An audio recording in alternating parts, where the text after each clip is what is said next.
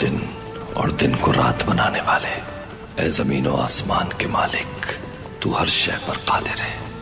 मुझे जल्द इस आजमाइश से निकाल, मुझे दुश्मन के सामने रुसवा न करना, जालिम के आगे मगलूब होने न देना।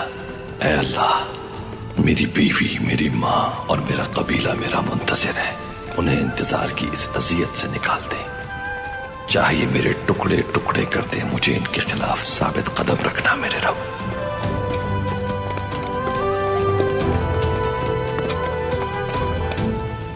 तुम्हारी रियासत एक ऐसा दरख्त है जो बेसमर है, इसे जमीन से उखाड़ दिया जाएगा और सूरज की तपिश से झुलसा देगी। इस दुनिया को सिर्फ तुम्हारा जुल्म याद रहेगा, तुम्हारी सल्तनत किसी को भी याद नहीं रहेगी, और अंजाम यह है कि तुम लोग पागल कुत्ते की तरह खुद को भी काट खाओगे एक दिन। फर्जंद, तुम्हें आज मैं सूरह फील से जुड़ा वाकया सुनाता हूँ कि किस तरह छोटी छोटी अबाबिलों ने हाथियों के लश्कर को शिकस्त दी। एक दफा का जिक्र है कि जालिम अबरहा ने काबे को ढाने के इरादे से हाथियों का एक बड़ा लश्कर तश्कील दिया। जब वो अपना लश्कर लेकर निकला तो तमाम अहले मक्का खौफ से अपने घरों में छुप गए। जब अबरहा अपने हाथियों की फौज के साथ काबे की जानिब बढ़ा तो आसमान पर उसी लम्हे अबाबिलों का एक झुंड नमूदार हुआ। ये दरअसल परिंदों और हाथियों की जंग थी, हक और बातिल का मारका था। उन परिंदों ने अपनी चोंचों में मौजूद छोटी छोटी कंकरियों को फेंककर अबरहा के लश्कर को पसपा कर दिया। तुम जिंदगी में जब भी कभी अपने आप को कमजोर और बेबस महसूस करना तो इस सूरह को दोहरा लेना। जरूरी नहीं कि ताकतवर को ही फतह हासिल हो, हक के रास्ते पर चलने वाले को ही फतह मिलती है।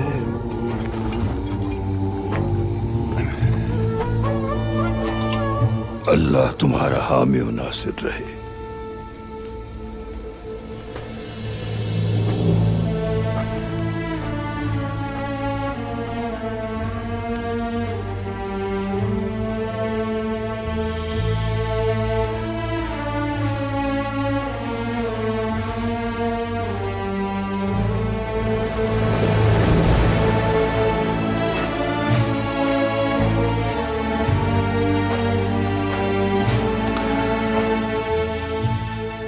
शुक्र है तेरा या रब।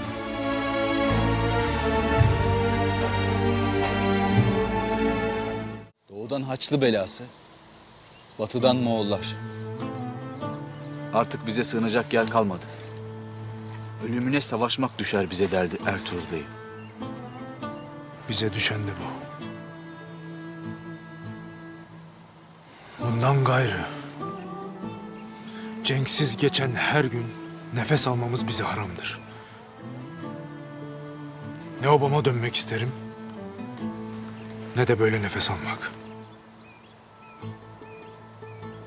Sevdiklerimizi bizden aldılar. Bundan gayrı bu şerefsizlerle ölümüne savaşmaktan başka çaremiz yok. Biz kışa kadar sürgün edilmedik. Biz ölene kadar savaşmaya sürgün edildik. Bu böyle bildi. Allah bize uzun ömür versin de nicesinin uğursuz başını serelim yere. Turgut Alp doğru söyler. Cenksiz yaşamak bundan böyle haramdır bize.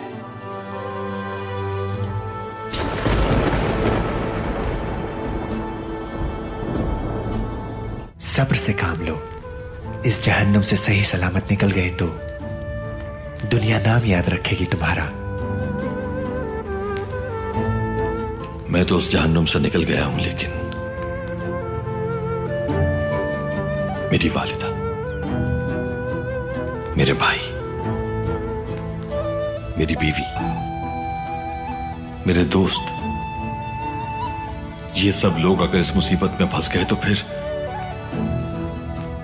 उस वक्त मैं क्या करूंगा केकली? लेकिन इस वक्त खुद को संभालना ज्यादा अहम है। अपनी ताकत बहाल करो, ये बहुत जरूरी है। देखो हम किस हाल में पहुंच गए केकली। हम लोग अपनी ही जमीन पर रहमदिली की कीमत चुका रहे हैं, इन गद्दारों को पालकर।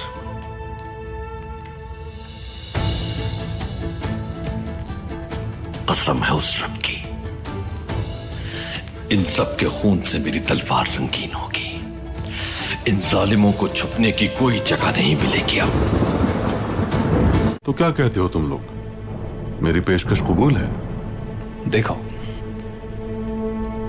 हम लोग अपने हथियार और अपना वजूद जिहाद के लिए हर वक्त तैयार रखते हैं, किसी लालच के लिए नहीं, शहादत के अलावा और कोई मकसद नहीं हमारा।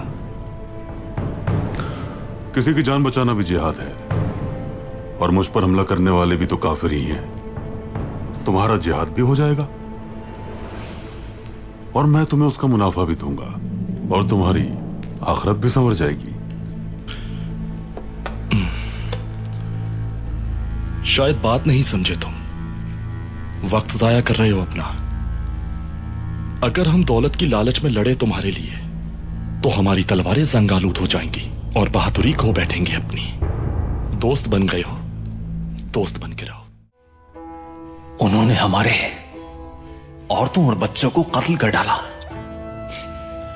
वो समझते थे कि हमारी औरतें खौफजदा हो जाएंगी।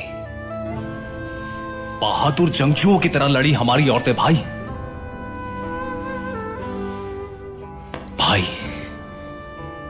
उन जालिमों से अगर उनके जुल्म का बदला न लिया,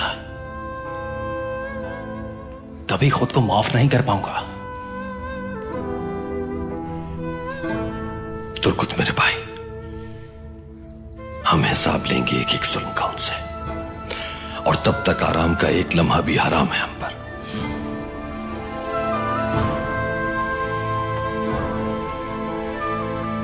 काई कबीले के साथ जो हुआ, वो दूसरे तुर्क कबाइल के साथ भी हो सकता है। अगर इन जालिम दरिंदों को नहीं रोका हमने, तो अनातोलिया हाथ से निकल जाएगा। हम लोग इन मंगोलों से आखिर कैसे जंग लड़ेंगे? पूरी दुनिया इनके कदमों में है। सलीबी हो या फिर मंगोल, सारी दुनिया इनके जुल्म सहते सहते बिभर चुकी है। अगर हम भी इन दरिंदों से खौफजदा हो गए और हथियार डाल दिए इनके सामने, तो फिर कोई नहीं रोक सकेगा इनको। जुल्म को रोकना होगा भाई, ये हमारा मकसद हयात है।